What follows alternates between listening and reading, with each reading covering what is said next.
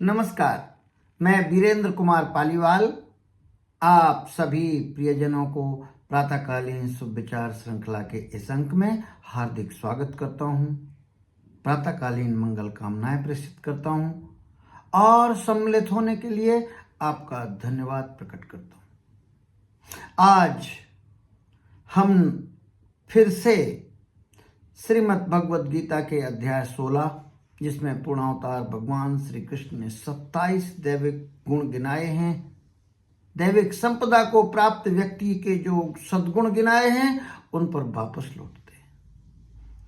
अक्रोधस्य अलोलोप्यम, इसकी बात हम कर चुके थे। आज हम शांति की बात करने जा रहे हैं, मन की शांति। निश्चित ही ये विषय इतना महत्वपूर्ण है, खास तौर से आजकल की दुनिया में।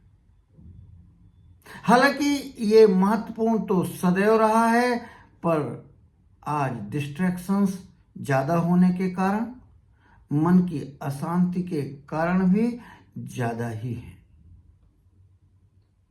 इसके कारण हम जीवन का आनंद नहीं ले सकते। क्या आपको भी ऐसा लगता है कि जीवन के इस भाग दौड़ में, इस तुलनात्मक जीवन में, अंतर में तनाव, डिप्रेशन माने अवसाद बहुत ज्यादा हैं, चैलेंजेस बहुत ज्यादा हैं। बचपन से शुरू कीजिए, कितना भारी तनाव, प्रतियोगिता में आगे रहने का जो बोझ है वो कुछ लोग तो सहन कर पाते हैं, बाकी सभी नहीं। तो कारण क्या है? हमने इसकी बहुत बारीकी से अध्ययन करने की कोशिश की। जितना समझ पाए उतना अपने प्रियजनों के साथ साझा करते हैं और उम्मीद करते हैं कि आप उसमें एक कड़ी और जुड़ेंगे। मैंने मन की अशांति को जो पाया, या तो भविष्य की चिंता, या भूतकाल का पछतावा, या सबसे बड़ा रोग क्या कहेंगे लोग, लोगों की अपेक्षाओं में खरा उतरने की भाग दौड़, लालच, इच्छाएं और तुलना, और मन पर नियंत्रण न होना या इस पर ध्यान न देना, या हमारा बिलीफ सिस्टम ही ऐसा बन चुका है कि हमें लगता ही नहीं कि हम मन को नियंत्रण में करने की जरूरत है, या हमारे पास ये शक्तियां उपलब्ध हैं, क्या हम इससे नियंत्रण कर सकते हैं। ये तो बहुत पीछे छूट गया। बस यही मूल कारण है। सूक्ष्म में अगर चर्चा की जाए तो मन की शांति पाने के लिए बहुत आसान सूत्र है। बौद्धिक ज्ञान तो बहुत आसान लगता है, करने में कठिनाई है। बौद्धिक ज्ञान में तो बहुत आसान मुझे ये लगता है कि भविष्य की चिंता छोड़ दीजिए और भूतकाल का पछतावा छोड़ दीजिए। 80% आपका तनाव मुक्त हो गया। मेरा ये मानना है, व्यक्तिगत मानना है। लोभ, लालच, भाग दौड़, तुलना, ये सब समस्याएं हैं, पर हाँ, भविष्य के चिंता में, डर में और भूतकाल के पछतावे में अधिकांश अशांति छुपी हुई है। तो क्या करें? मैंने इसका जो उपाय खोजा है बहुत आसान है। टेक्नोलॉजी, माइंडफुलनेस एक ऐप है। उसमें 1 मिनट, 2 मिनट, 3 मिनट, 4 मिनट और 5 मिनट तक का उसमें टाइमर सेट कर सकते हैं और आपको अपनी सिर्फ श्वास पर ध्यान देना है। कैसे श्वास छोड़ते हैं, कैसे श्वास लेते हैं। मात्र इतना करने पर आपको एकदम 5 मिनट का वक्त आपको जो आपने लगाया, उसके बाद आपको एकदम परम शांति सी मिलेगी। आप करके देखिए, मुझे पूरा विश्वास है कि आप भी वही बात कहेंगे जो मैं कह रहा हूं। आपका पूरा शरीर एकदम रिलैक्स हो जाएगा। उसका कारण है कि ना तो आपने इस समय पर भूत की चिंता की, पछतावा किया, और ना ही भविष्य की चिंता की, और दूसरे विचार भी इस वक्त नहीं आए। आप वर्तमान में जिए, माइंडफुलनेस।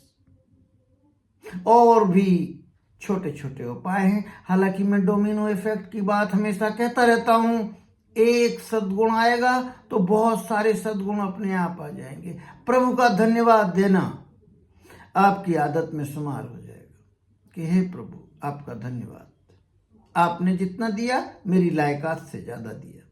आप क्षमावान हो जाएंगे। जिसने भी आपके साथ कुछ भी किया, हे परमपिता परमात्मा, जो भी हुआ छोड़ो, उसका जीवन मंगलमय हो। मैं जब कहीं ट्रेनिंग देने जाता हूं, किसी इंस्टीट्यूट, किसी कॉलेज में, बच्चों को बड़ी कठिनाई होती है क्षमा करने में। जब मैं उनको सेंटेंसेस दोहराने के लिए कहता हूं कि आपका जीवन मंगलमय हो, जो हुआ सो हुआ, वो कहते हैं बाकी हम सब कह देंगे, लेकिन ये आपका जीवन मंगलमय हो ये ना कहेंगे। मैंने उनसे कहा तो आपने हृदय से क्षमा ही नहीं किया। श्वास पर ध्यान देना मूल में है मन की शांति पाने के लिए। मेडिटेशन या गाइडेड मेडिटेशन या जो कुछ भी आप उसको कह लें, लेकिन हाँ, वो श्वास पर ध्यान देना ही है। श्वास पर ध्यान देना, मंत्र जाप करना, पूजा पाठ तपस्या, ये वर्तमान में होना है। और तो फिर दान, सेवा भाव इत्यादि बहुत सारी चीजें हैं। पर हाँ, प्रमुख तौर पर हमने 5 चीजों का विश्लेषण कर लिया। ये आपके मन की शांति के लिए बहुत प्रभावी होंगे। Mindfulness specially. एक्सरसाइज जब आप कर रहे हो तब आप देखिए जरा, तनावग्रस्त हो सकते नहीं। आप यदि हंसे उस टाइम आप तनावग्रस्त हो सकते हैं नहीं। या तो हंस नहीं पाएंगे या तनावग्रस्त नहीं हो पाएंगे, दो में से एक ही होगा। प्रकृति ने तनाव से मुक्ति के लिए हंसी का एक उपाय दिया हुआ है। कोई ना कोई कारण पाकर हंसिए जरूर। इसके लिए सबसे ज्यादा मददगार होते हैं अपने मित्रगण। जितना पुराना मित्र होगा, हंसी और खिलखिलाहट उसके साथ उतनी ही आसान और संभव होगी। तो एक बार फिर से दोहरा दें, अहिंसा सत्यम अक्रोधस्य त्यागः शांति अपेश्वनम दया भूतेषु अलोलुप्यम मार्दवम ही अचापलम।